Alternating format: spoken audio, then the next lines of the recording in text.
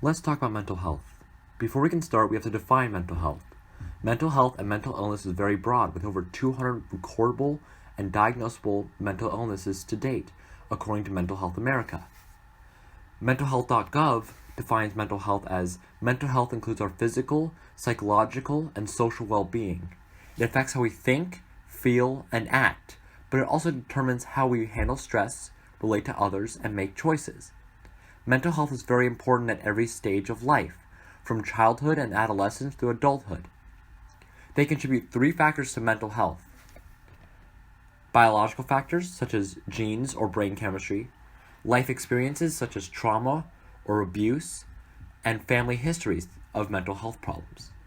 Mental health has continued to increase in America, especially among teens from ages 14 to 24, and while activists are speaking out and sharing their experiences with the problem, it's not being effectively addressed by the government. So, what measures should be taken by the U.S. government to help the mental health issue among teens? To answer this question, we have to see what the government is doing now. The government has begun to spread awareness around the issue of mental health, especially around teens. However, not in the best ways. The only time mental health awareness is advocated for is in the aftermath of a mass shooting, to turn the spotlight away from the guns the shooter was carrying. This has a lot of negative effects towards the spreading and education of mental health awareness. Politicians are labeling people who suffer from mental illness are violent or crazy when unmedicated or untreated. In reality, this is not always the case. A study published in 2015 by the American Journal of Public Health called Mental Illness, Mass Shootings, and the Politics of American Firearms showed that less than 3 to 5% of U.S. crimes involve people with mental illness, and the percentages of crimes that involve guns are lower than the national average for persons not diagnosed with mental illness. And that database that tracks gun homicides, such as the National Center for Health Statistics, similarly show that fewer than 5% of the 1,200 gun-related killings in the United States between 2001 and 2010 were perpetrated by people diagnosed with mental illnesses. The vast majority of people diagnosed with psychiatric disorders do not commit violent acts. Only about 4% of violence in the United States can be attributed to people diagnosed with mental illnesses. Many will say that mental illness, like schizophrenia, have a bigger risk of danger to the person or the people around them. That's only somewhat true. In extensive surveys of police incident reports, it is demonstrated that far from posing a threat to others, people diagnosed with schizophrenia have victimization rates of 65 to 130% higher than those of the general public. NAMI, or the National Alliance on Mental Health, has published a statistic on the past year showing that shocking results on how mental illness is impacting America, and most importantly, America's youth. In their statistics, they state that approximately 1 in 5 adults in the U.S., or 46.6 million, experience mental illness in a given year. Approximately 1 in 5 youth aged 13 to 18, or 21.4%, experience a severe mental disorder at some point in their life. For children aged 8 to 15, the estimate is 13%. 70% of youth in juvenile justice systems have at least one mental health condition, and at least 20 live with a serious mental illness. Only 41% of adults in the United States with a mental health condition received medical services in the past year. Just over half of children with mental conditions aged 8 to 15 receive health service in the previous year.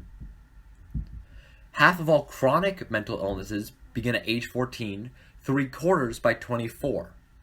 Despite the effective treatment, there are long delays, sometimes decades, between the first appearance of symptoms and when people get help.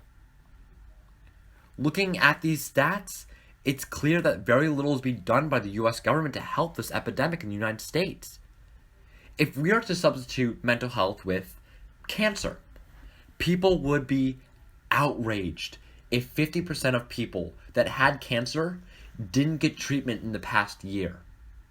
Treatment should be widely available to people who are diagnosed with mental illnesses so they can get help. So what should be done about it? What is being done? Well, let's start with what's being done. A big question that is being discussed is whether to continue funding for certified community behavioral health clinics. These health clinics are in the community that are designed to finance clinics that pay for themselves. These health clinics were created through Section 223 of the Protecting Access to Medicare Act, or PAMA, which establishes a demonstration program based on the Excellence in Medical Health Act.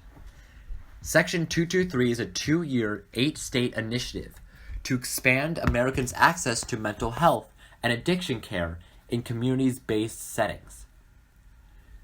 These clinics are responsible for directly providing 9 required types of services, with an emphasis on the provision of 24-hour crisis care, like our suicide hotline, utilization of evidence-based practices, care coordination, and the integration of physical health care.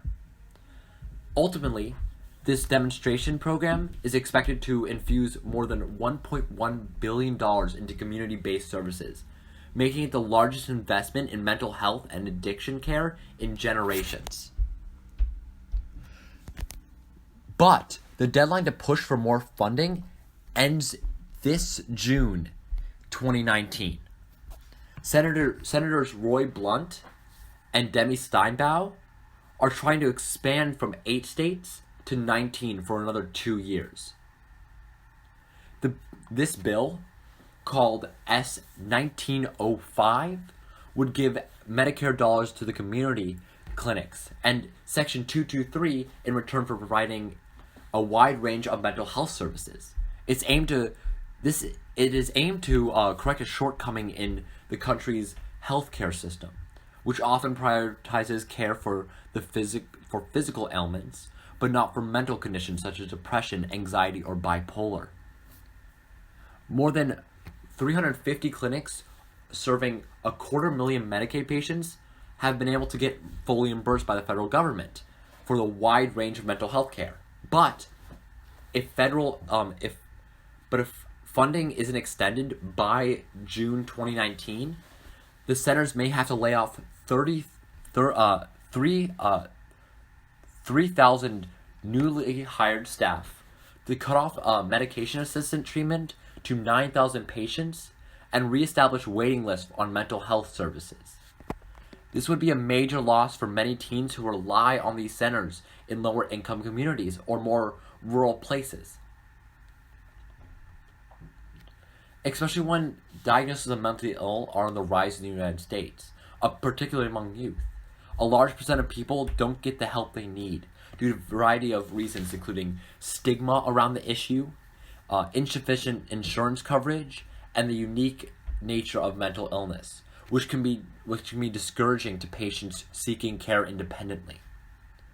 These are why the centers are so important to keep funding. Luckily, these centers, created by Section 223, was a pilot program and saw massive success. And many people expect that Congress will easily pass extended funding for these programs. This is something the government is doing very, very right. And I think if people continue this, we could be in a lot better place. However, as this may be good news for many in the US, the government has still lots to work on. Having mental health be a part of health coverage. We look at Obamacare, or the Affordable Care Act, which was one of the first ways the United States started moving for more fair and equitable coverage of mental health care. This expanded mental health coverage to many Americans through the insurance with big and small health care plans. This was not required before. Here's what the government can do. If the government wants to help. Right now, we have a mental health coverage equality in law. But when it comes to mental health versus other kinds of healthcare, we don't have the oversight that we need on health insurance companies and health plans. In the past, small health plans and large health plans have been caught using their own made-up criteria for who they could help cover to exclude people with mental illness seeking help. Mental illness is very, very, very expensive. So instead of these plants not paying for this, they decide not to fund them at all. Although the government has taken steps in addressing serious issues of mental health in teens throughout the United States, government-insured programs and data gathering programs that seek to increase awareness around the issue are helping. But the problem isn't getting any better. The current presidential administration has been slow to address it with their fight to end Affordable Care Act and their continuation of the stigma around mental health. Their lack of oversight around the fully funded community programs lets health plans dodge guidelines implemented. They continue the stigma through depiction of mentally ill individuals as violent or unstable, usually in the aftermath of a mass shooting. Finally, if you are as passionate as I am about this problem so many face, contact your state representatives. Tell them how this issue impacts you or the people around you.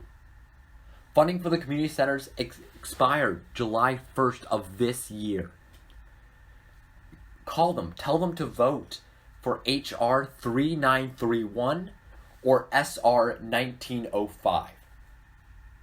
If that is too much or it's too late, you can do other things.